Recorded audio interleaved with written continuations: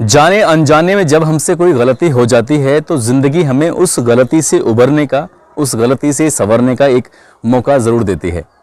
आज की जो कहानी मैं आपको सुनाने जा रहा हूँ, इस कहानी में एक सरकारी शिक्षिका है, उससे एक बहुत बड़ी गलती होने जा रही थी।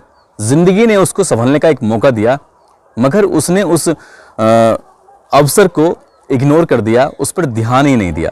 हालांकि उसके परिवार ने भी इस अवसर को देख लिया था, मगर उन्होंने भी ध्यान नहीं दिया और वो एक ऐसी दलदल में फंस जाती है जहां से निकलकर वापस आना शायद नामुमकिन साबित हो रहा था। हालांकि वहां से उसने भागकर अपनी जान बचाने की कोशिश की, मगर अब उसकी जान पर नहीं बल्कि पूरी फैमिली के, पूरे परिवार की जान पर बना रही थी। बात जब शासन प्रशासन तक पहुंचती है तो सबके अंदर एक सिरहंसी पैदा होती है कि क्या कोई व्यक्ति इतना क्रूर भी हो सकता है, क्या कोई व्यक्ति इतना गलत काम भी कर सकता है, वो भी किसी और के साथ नहीं, अपनों के साथ। आदाब, नमस्कार, सत श्री अकाल। मैं उस्मान सैफी। आज की जो सच्ची घटना मैं आपको सुनाने जा रहा हूं, ये सच्ची घटना है मध्य प्रदेश का एक शहर है इंदौर, और इसी शहर की ये घटना है। दरअसल 16 जनवरी 2022 की सुबह लगभग 6 बजे के आसपास छत्तीसगढ़ का एक इलाका है बीजा घाट, बेमतरा। दरअसल सुबह के 6 बजे के आसपास का वाकया है। इसी सरकारी टीचर का एक भाई है जो घर से बाहर निकला था किसी काम के लिए। अचानक ही 3 लोगों ने उस पर हमला कर दिया। किसी तरह से वो भागकर अपने घर में आया और घर में आकर छुप जाता है। साथ ही शोर मचाता हुआ आता है, इसलिए आसपास के जो लोग थे वो भी जाग जाते हैं, वो भी कहीं ना कहीं अलर्ट हो जाते हैं कि आखिरकार क्या मामला है। घर में जाता है, अपनी बहन से, अपनी माँ से, अपने पिता से कहता है कि जल्दी से आप अपने आप को संभालो, कुछ लोगों ने हमला कर दिया है। हमलावर कोई और नहीं थे बल्कि उसके पति के भेजे हुए कुछ किराए के गुंडे थे और उनसे बचने की वो कोशिश करते हैं। तुरंत ही वे पुलिस को फ़ोन करते हैं और पुलिस मौके पर आती है। यहाँ के इलाके के लोग भी अलर्ट हो जाते हैं। इससे पहले वहाँ पुलिस आती, ये हमलावर वहाँ से भाग जाते हैं। पुलिस जब इनको अपने पास बुलाती है और पास बुलाने के बाद इनसे पूरी जानकारी जुटाने की कोशिश करती है, तब आखिरकार जो सच है, जो जानकारी थी वो निकल के सामने आती है। तो वाकई रोंगटे खड़े करने वाली जानकारी थी। दरअसल कहानी शुरू होती है सन 2019 से, और एक लड़का है जिसकी उम्र अभी लगभग 45 साल है, लेकिन उसने एक मैट्रिमोनियल पर अपनी एक आईडी बनाता है और उस आईडी में वो अपनी डेट ऑफ बर्थ 1974 की जगह 1985 दर्ज कराता है। उसमें लिखता है कि वो तलाकशुदा है और उसको एक खूबसूरत सी, एक अच्छी सी बीवी चाहिए, पत्नी चाहिए।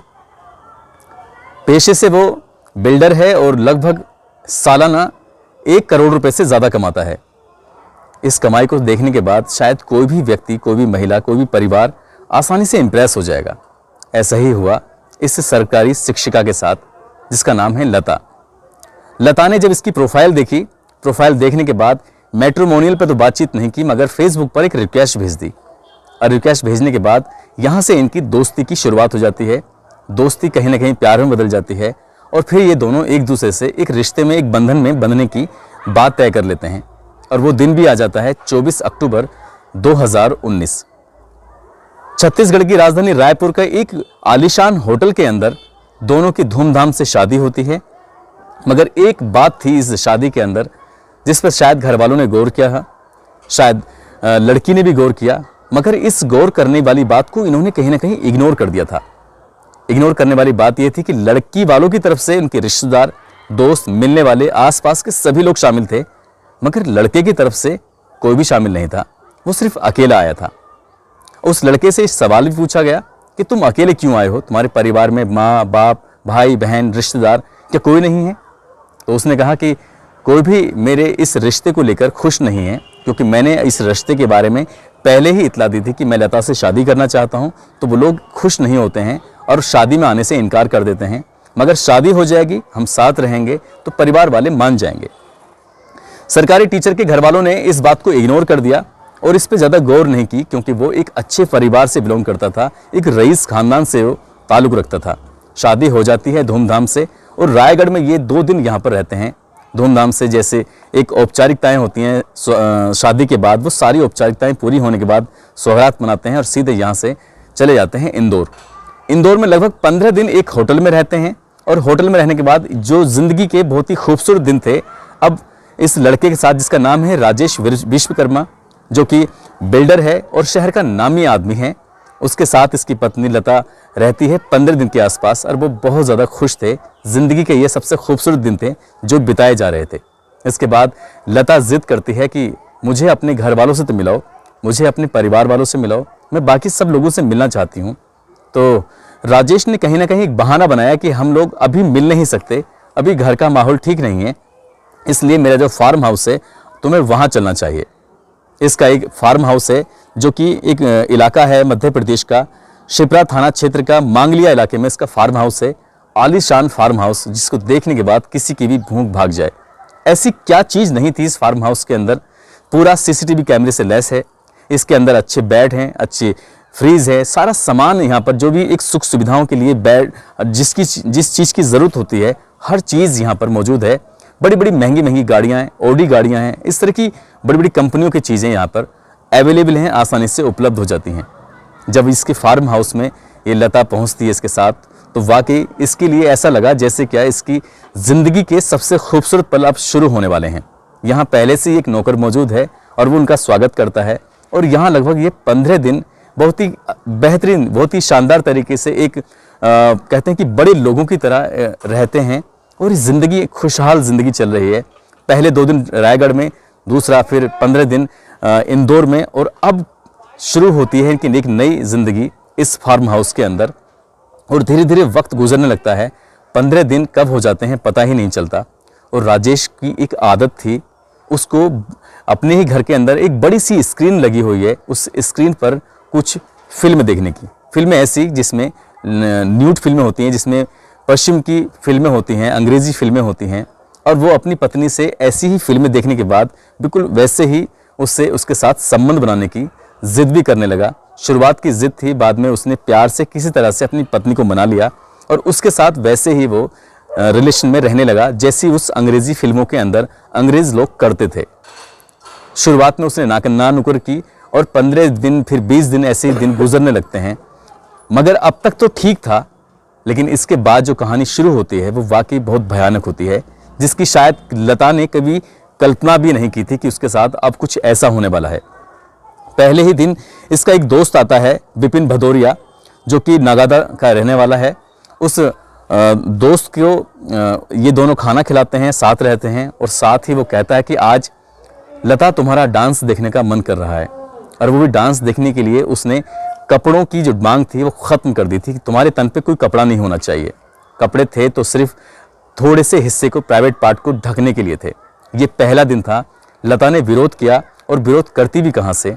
उन्होंने उसके साथ शस्त्र की नोक पर लेकर उसके साथ उन्होंने वो काम करने शुरू कर दिए। अभी तक इसका पति इसके साथ अननेचुरल सेक्स करने लगा था, उसके साथ वो सारी हरकतें करता था जो कि उन फिल्मों में होती थी।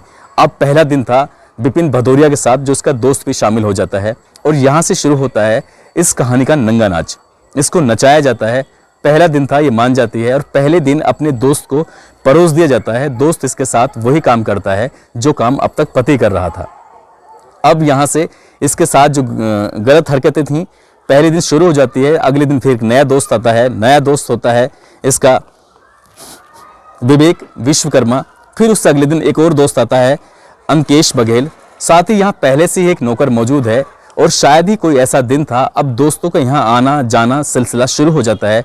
दोस्त सबके सब मिलकर न्यूड फिल्में देखते थे, और न्यूड फिल्में देखने के बाद लता के साथ वो एक साथ गंदी हरकतें करते थे, उसके साथ हर तरह का सेक्स करते थे। और यही नहीं, वो सिगरेटों से उसको दागना शुरू कर दिया। शरीर का कोई ऐसा हिस्सा होगा जहाँ पर लता के शरीर पर उसके दागने के निशान ना हो। अब उसकी जातियाँ, उसकी जो बेरहमी थी कहीं ना कहीं अब इसके प्रति बढ़ने लगती है, और इस कदर बढ़ती है कि वो बचने के लिए तमाम कोशिशें करती है, क्योंकि ये जो पूरा इलाका है, पूरा फार्म हाउस है, वो सीसीटीवी कैमरे से लैस है, और उसने उस फार्म हाउस को अपनी मुट्ठी में कर रखा था। दरअसल ये सीसीटीवी कैमरे ऑनलाइन थे, और ऑनलाइन अपने मोबाइल में वो देखता रहता था। और साथ ही उसने नौकर से कहा कि इसको जब कमरे में रहे तो उसको एक भी तन पे कपड़ा नहीं होना चाहिए। यदि ये भागने की यहाँ से कोशिश भी करती है तो इसे भागने का बिल्कुल भी अवसर नहीं मिलेगा। इस पर इतनी नज़र रखी जाने लगी, और आए दिन कोई ना कोई दोस्त आता था, उसके साथ संबंध बनाता था, जैसे मन चाहे वैसा करता था। शुरुआत में 3 या 4 दोस्त होते हैं, फिर संख्या धीरे धीरे बढ़ने लगती है। अब संख्या 10, 15, 20 तक पहुंच जाती है, और जब जिसका मन करता था वही लता के साथ गंदी हरकतें करता था। जब इसका मन करता था बात करने के लिए, रिक्वेस्ट करती थी, हाथ पैर जोड़ती थी कि मुझे अपने मेरे परिवार वालों से बातचीत करा दो, तब उसको शस्त्र की नोक पर रख कर उसकी घर वालों से बातचीत कराई जाती थी। और वो सिर्फ अपने घर वालों से हालचाल लेती थी, अपने जो भी हालचाल झूठ मूठ के थे वही हालचाल दे पाती थी। और इसके पति राजेश विश्वकर्मा ने उसके साथ ज्यादतियों की इंतहा पार कर दी थी। कब धीरे धीरे करके 3-4 महीने गुजर जाते हैं उसको पता ही नहीं चलता है, और धीरे धीरे वक्त आगे गुजरता चला जाता है और वो लड़की बेइंतहा परेशान रहने लगती है। वो बार बार रिक्वेस्ट करती है कि मुझे यहाँ से जाने दिया जाए, मैं यहाँ से जाना चाहती हूँ, मुझे माफ़ कर दीजिए, मैं कभी भी तुम्हें परेशान नहीं करूँगी। बहुत सारी बातें थीं, चाहे उसकी रोने की बात हो चाहे कुछ भी हो, मगर राजेश विश्वकर्मा और उसके दोस्तों पर इस बात का कोई भी असर नहीं पड़ रहा था। अब यहाँ न केवल लता के साथ ऐसा होता था बल्कि शहर की अन्य लड़कियों को भी यहाँ बुलाया जाता था, उनसे भी नंगा नाच कराया जाता था। ऐसा कोई दिन था जब लता को यहाँ पर उससे ऐसा गलत काम ना कराया जाता हो और बिना कपड़ों को इसको डांस ना कराया जाता हो, साथ ही सामूहिक रूप से उसको न्यूड फिल्में ना दिखाई जाती हों। मगर एक दिन ऐसा भी आता है जब लता की रिक्वेस्ट को स्वीकार कर लिया जाता है, एक्सेप्ट कर लिया जाता है। उसका पति मान जाता है, कहता है कि यदि तुमने ये बातें किसी को बताई अपने घर अपने मायके जाकर, तो तुम्हारे साथ वो हश्र किया जाएगा जिसकी तुमने शायद कल्पना नहीं की है। जो तुम्हारी वीडियो बनाई गई हैं, क्योंकि ये गलत काम भी करते थे, साथ ही इसकी वीडियो अपने मोबाइल में उतार लिया करते थे। उस पर दबाव बनाने के लिए एक के बाद एक इसकी तमाम वीडियो उनके मोबाइल में अपलोड हो चुकी थी। साथ ही जब ये अपने मायके जाती है तो उससे ये कहा जाता है कि न केवल तुम्हारी वीडियो को सोशल मीडिया पर अपलोड कर दिया जाएगा बल्कि तुम्हारे परिवार वालों को भी मार दिया जाएगा। ये अपने मायके चली जाती है और मायके जाके चुपचाप अपने रहने लगती है। हालांकि उसने अपने परिवार से, अपनी माँ से, अपने भाई से किसी को भी ये बात नहीं बताई थी कि उसके साथ ऐसा जुल्म वहाँ पर हुआ है। मगर कुछ दिन के बाद एक जो इसका दोस्त है विपिन भदौरिया, नगादा थाना क्षेत्र का रहने वाला है, उसका राजेश विश्वकर्मा सीधा उसको उसके इलाके में भेजता है और उससे कहता है कि इसे वापस लेके आओ, नहीं आती है तो उनको मार डालना। और ये पिछले 15 दिन से लगातार इसकी रैकी कर रहे थे। और रैकी करने के बाद एक दिन ऐसा भी आता है जब इसका भाई जब घर से निकलता है तब उस पर वो हमला करने की कोशिश करते हैं। और वो दिन कोई और नहीं था बल्कि यही 16 जनवरी 2021 का वाकया है। हालांकि इसके भाई ने किसी तरह भागकर अपनी जान बचाई। इसकी बहन पर भी हमला करने की कोशिश की, मगर तब तक पुलिस आ चुकी थी। पुलिस को देख के ही भाग चुके थे। इसके बाद इस मामले की जांच की जाती है और पुलिस मुकदमा दर्ज करती है इन चारों आरोपियों के विरुद्ध, जिसमें अंकेश बघेल, विवेक विश्वकर्मा, विपिन भदौरिया, राजेश विश्वकर्मा, इनके खिलाफ मुकदमा दर्ज किया जाता है। आईपीसी की धारा 376 2G, 376 2N, 377, 323, 594, 206 व 25 आर्म्स एक्ट के तहत मुकदमा दर्ज कर लिया जाता है। पुलिस जब इनकी गिरफ्तारी के लिए दबिशें देती है तो ये ज़्यादा दूर भाग नहीं पाते। आखिरकार पुलिस इन्हें बहुत कम समय में अपनी गिरफ्त में ले लेती है और इनसे जब पूछताछ करती है, साथ ही उस फार्म हाउस की तलाशी जब ली जाती है तो उस फार्म हाउस पर सेक्स टॉय मिलते हैं और ऐसी कोई चीज़ नहीं थी जो पुलिस को वहाँ नहीं मिलती। फिर मामला नगर निगम तक पहुँचता है, फिर मामला इस इलाके के डीएम तक पहुँचता है। डीएम बिलास भोसकर संदीपान हैं और साथ ही एसपी धर्मेंद्र सिंह, ये दोनों मिलकर इस मामले की जांच कराते हैं कि ये जो फार्म हाउस है वो सही है गलत है। नगर निगम से इसकी जांच कराई जाती है तो ये कागजों में तो था ही नहीं, इसलिए इस पर बुलडोजर चलाकर इसको गिरा दिया जाता है। साथ ही इनको आरोपियों को गिरफ्तार करके इन्हें जेल भेज दिया जाता है और इस मामले की जांच पड़ताल की जा रही है। ये जानकारी मिलती है इनकी सीडीआर इनके मोबाइल से निकालने के बाद कि इस इलाके के जो भी लड़कियां थीं उनके दोस्तों को एक साथ बुलाया जाता था और यहाँ पर ये सब काम गलत होता था। काश इस लड़की ने पहले ही दिन हिम्मत जुटाई होती, जिस दिन के इसकी शादी हो रही थी 24 अक्टूबर 2019 को। जब ये अकेला आया था तो शायद ये लड़की के ये मतलब महिला शिक्षा के साथ इतना बुरा अत्याचार नहीं होता। और आपकी जानकारी के लिए मैं आपको बता दूं, जब इसके फार्म हाउस को गिराया जा रहा था, नगर निगम की टीम वहां पर कार्रवाई कर रही थी, अचानक से ही इसकी पहली बीवी प्रकट हो जाती है अपने 3 बच्चों को लेकर और वो कहती है कि हम दोनों का कोई तलाक नहीं हुआ है। हालांकि ये अय्याश किस्म का इंसान है, हालांकि ये गलत किस्म का इंसान है, मगर मेरे बच्चों का क्या कसूर है, आप इस फार्म हाउस को क्यों गिरा रहे हैं।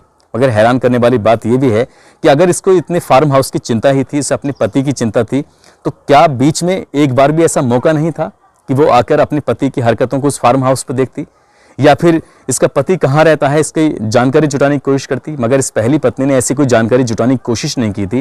मगर पत्रकारों से बातचीत में ये पता चलता है कि इस महिला ने, इसकी पत्नी ने, पहली वाली ने अपने पति के फार्म हाउस को बचाने के लिए प्रशासन को गुमराह करने की कोशिश करती।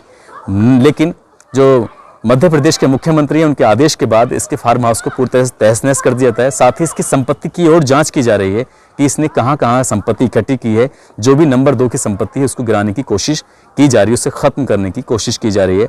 मगर लता की जिंदगी में जो हुआ है उसको शायद कभी भुलाया जा सकता है, क्योंकि लता के प्राइवेट पार्ट पर उस सिगरेट के दागे हुए इतने निशान हैं कि उन्हें शायद कभी पूरी ज़िंदगी में ख़त्म किया जा सकता है। हालांकि वो एक अच्छी ज़िंदगी जी सकती थी, क्योंकि सरकारी टीचर थी, इसलिए उसने थोड़े से पैसे का लालच देखकर राजेश विश्वकर्मा को अपने पति के रूप में चुना और उसके पति ने उसके साथ ऐसा किया जो शायद कोई पति अपनी पत्नी के साथ कभी सपने में सोच भी नहीं सकता। जो उसने किया है, न केवल उसने खुद किया बल्कि अपने 15 से 20 दोस्तों को उसको हर दिन एक वेश्या की तरह परोसा।